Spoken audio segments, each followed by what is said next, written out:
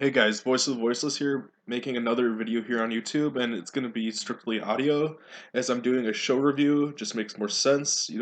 What's the point of seeing my face? Just doing some audio, and this will be it's really my uh, fifth show review, but my third of these audios, as I did WrestleMania 13 and the 1992 Royal Rumble, which you guys can check out on my channel.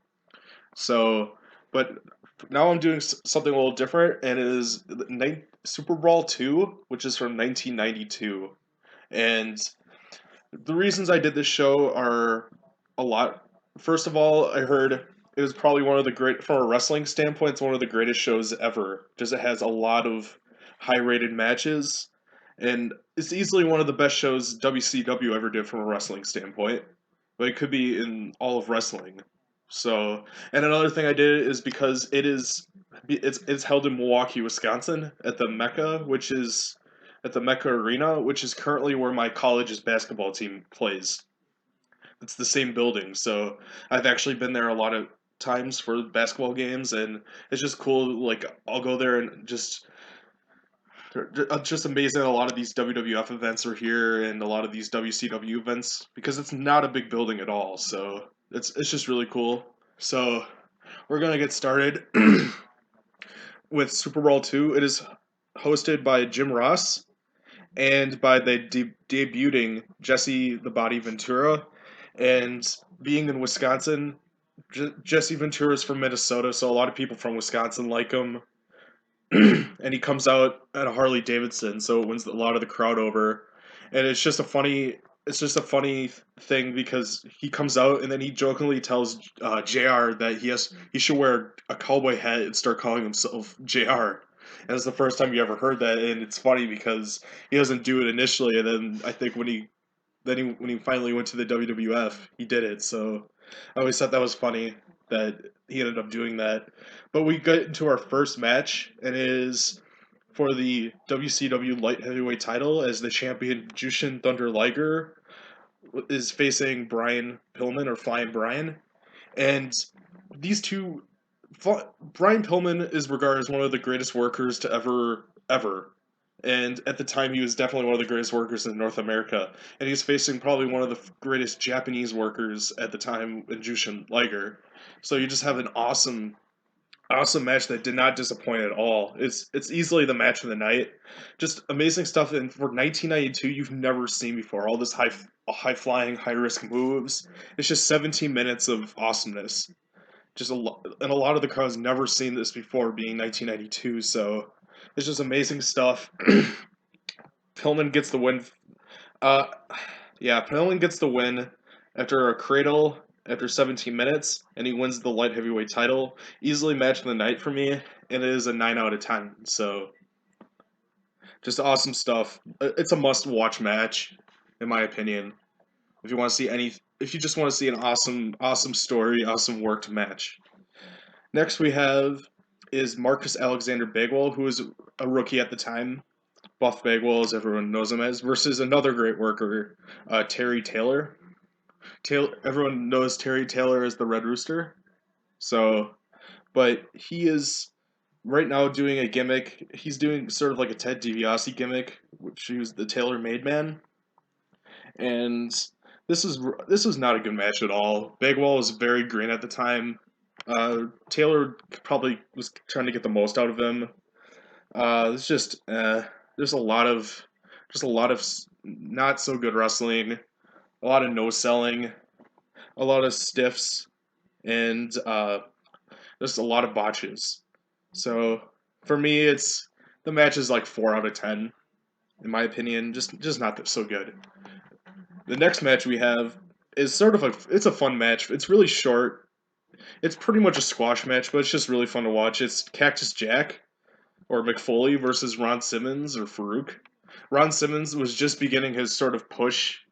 He would win the world title later that year, and Foley was actually he was still sort of like he was still sort of a jobber, as he was just in these squash matches. He was a good guy for it because he would bump a lot, especially to the power guys like Simmons. But he would get into a feud with Sting a couple months later, and then he would be in a lot of world title matches against Vader. So it was sort of the beginning of his too. it's just a fun match. Just a lot of it's a fun power match. Foley just bumps his ass off for Simmons. Simmons just tossing him everywhere, and it's just a fun match. Uh, just easily for me. It's a 6 out of 10. It's just a fun match to watch. Foley just does amazing. Next we have is a tag team match, and it's Richard Morton, who is I think he just recently became a heel. He was doing his little heel thing after the breakup of the Rock and Roll Express in WCW, and he was teaming with Vinnie Vegas under his third gimmick, which everyone knows is Kevin Nash. He's facing the recently new heavy metal Van Hammer and the Z-Man Tom Zenk. And this is actually a pretty good tag team match.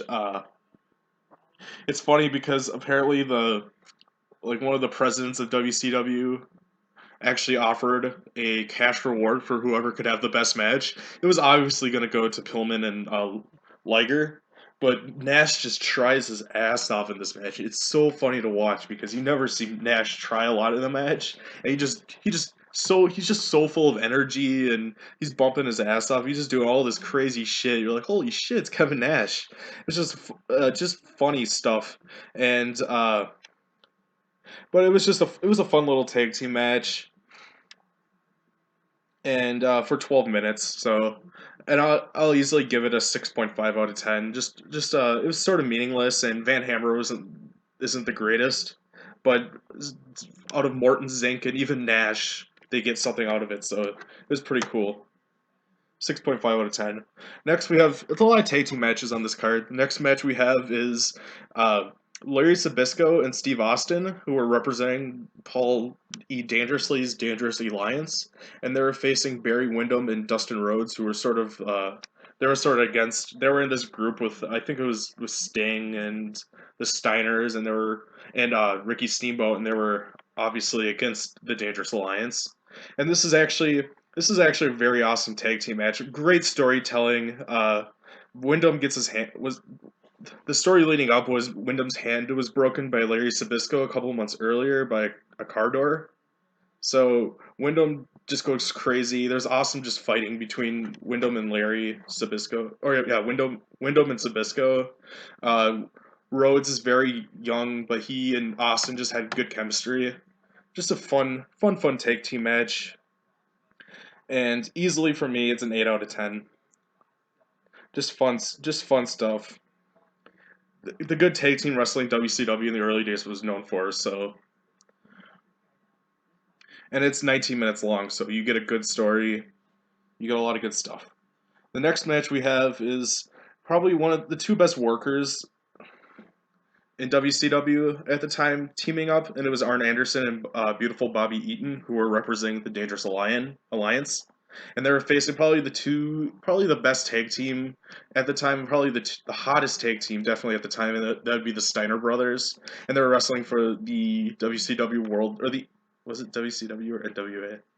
I think it was the WCW World Tag Team Championship ships, and it was a pretty good match. I think the Steiners definitely controlled the match way too long. There wasn't really that heel buildup, as it seemed like Eaton and Anderson were sort of like they couldn't do anything for the Steiners, so they had to resort to cheating ways with Medusa at ringside, because I think Dangerously was banned from all matches throughout the show, so he couldn't do anything, but Medusa wasn't. So there was just a lot of stuff. It was actually pretty good, but it gets really crazy at the end. You get a lot of like you get powder thrown at Rick Steiner's face, and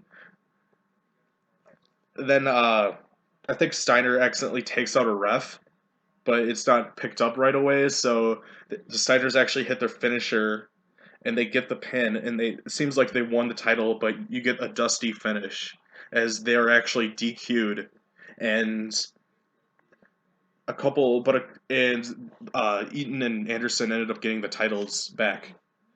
But the thing is, apparently the Steiners won it at a house show a couple of weeks later. So why didn't the Steiners just win the title at that show? Being they were billing the show as the biggest show of the year. They were trying to make Superbrawl the new Starrcade. or their WrestleMania. So it just doesn't make sense why you didn't have the title change. And it was a good match, but it just the dusty finish ruined it sort of for me. It would easily been better than the Zbyszko Austin versus Windham Rhodes match, but sort of because of all that and just a lot of the mess ups and overbooking, it went from maybe like an 8.5 out of 10 to like I think it's a 7.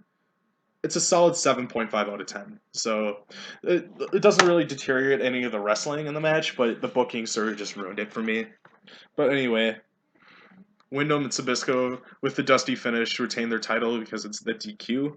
The next match we have just awesome stuff. Maybe again, there's just so many good. Their roster at the time just had so many good workers from Pillman and Liger and Terry Taylor and Mick Foley, Rick, and obviously Zbyszko, Windham, Austin, stunning Steve Austin, Dustin Rhodes, Eaton, the Steiners, and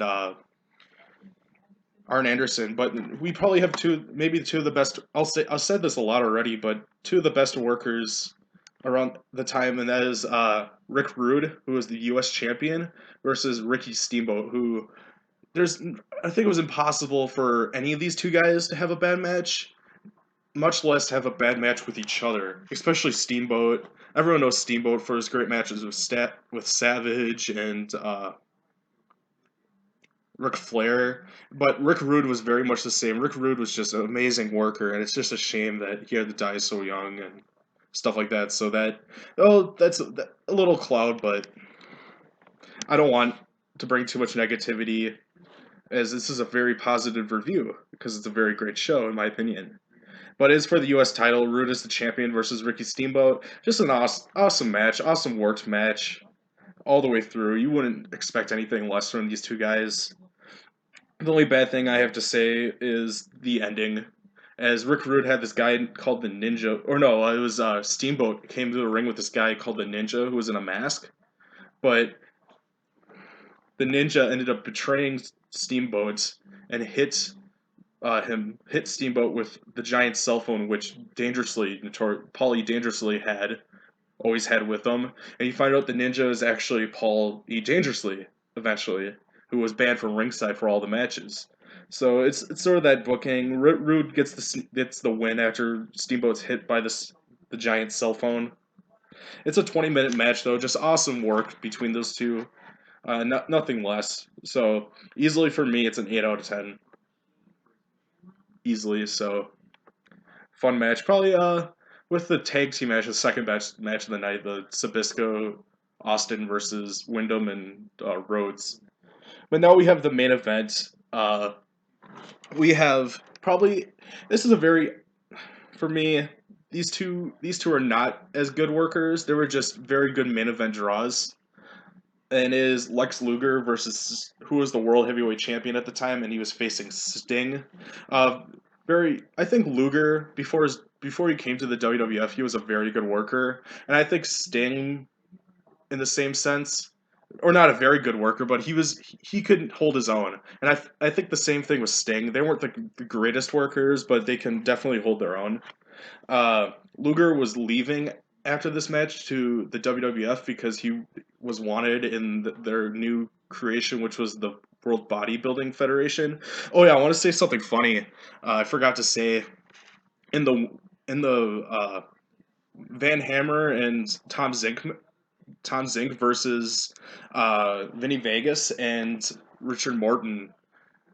Jesse Ventura was taking a shot. He was talking about Vinny Vegas, but he said, "What's up with What's up with guys named Vince who like to wear dumb suits, make their hair look stupid, and are into bodybuilding?" And he was obviously taking a shot at Vince McMahon. So I always thought that was very funny. I can't believe I forgot to mention that during the match. Well, at least I'm mentioning it now. That was a very whoa. He's just taking a shot at Vince McMahon in just sort of an underhand way, which I thought was funny. Good old Jesse Ventura. But anyway, back to Luger and Sting. Luger was leaving to go to the Bodybuilding Federation, which was run by Vince McMahon and the WWF. And then he was going to have his WWF run. But he, after, I think very soon after he joined that bodybuilding federation, he was in that motorcycle accident, which shattered his forearm. So, but it was Luger versus Sting. I think everyone knew Luger was leaving, so Sting was obviously going to win the title. These two were billed as former best friends, as they were in a tag team. They were a tag team a year before, so, and then Luger turned heel after he won the title. So it was just, I think the most of it was just two of the biggest draws of the company, big muscular dudes. Sort of how the WWF build their matches with, like, say, Hogan and Warrior, or just Hogan versus Savage. Just even though Savage was probably one of the greatest workers of all time, but just sort of like how they would build a Hogan match was it's that main event draw. And it wasn't the greatest match, but at the same time, they got a lot out of it. It went for 13 minutes, and it's easily for me, what do I rate this? Easily for me, I would say it was a 6.5 out of 10. So Sting obviously wins the title with Luger leaving, and that's the end of the pay-per-view, Sting winning the title. So I would say this card had everything for me. It had a great undercard and that awesome power match, like, say, with Cactus Jack and Simmons, where it was really a squash match, but it was just a very fun one. And the awesome opener, obviously, which was easily the match of the night, Liger versus Pillman. Had that cool main event where it was just that main event draw, Battle of the Titans with Sting and Luger. The two had awesome tag team matches and had awesome work. Big, sort of the same thing, that Battle of the Titans, but just two workers for the U.S. title, which was Rhodes and Steamboat. So definitely a recommended pay-per-view for all. It's a must-see. If you have the network, definitely check this one out. It's probably the best WCW pay-per-view you'll find. Top to bottom, it's a great, awesome card, and WCW wasn't doing the greatest in 1992, but they always put on great matches just because their roster just had so many great workers. So definitely Super Brawl 2 is a must watch to a lot of, if you like wrestling. Definitely check out Super Brawl 2. Thanks for watching this review. The next review I'll be doing is, I honestly don't know. I think I might do Starcade 92, but I am not completely sure. I still gotta. Maybe it might be a WWE pay per view. I'm not sure yet, but I'll definitely, I'll definitely be back doing more of these because they're fun to do. But thank you guys for watching. If you like this video, like it, comment. If you've seen this event, let me know what your favorite match on the card was, some memories of the card, and just what you guys, suggest to me what you guys want to see from reviews of pay-per-views. I'll definitely watch them and review them if you guys tell me what you want to do. So, but again, thanks for watching this video, listening, or not watching, listening. And again, if you like it, and if you haven't subscribed to my channel, make sure to do so. So, thank you guys very much. Peace.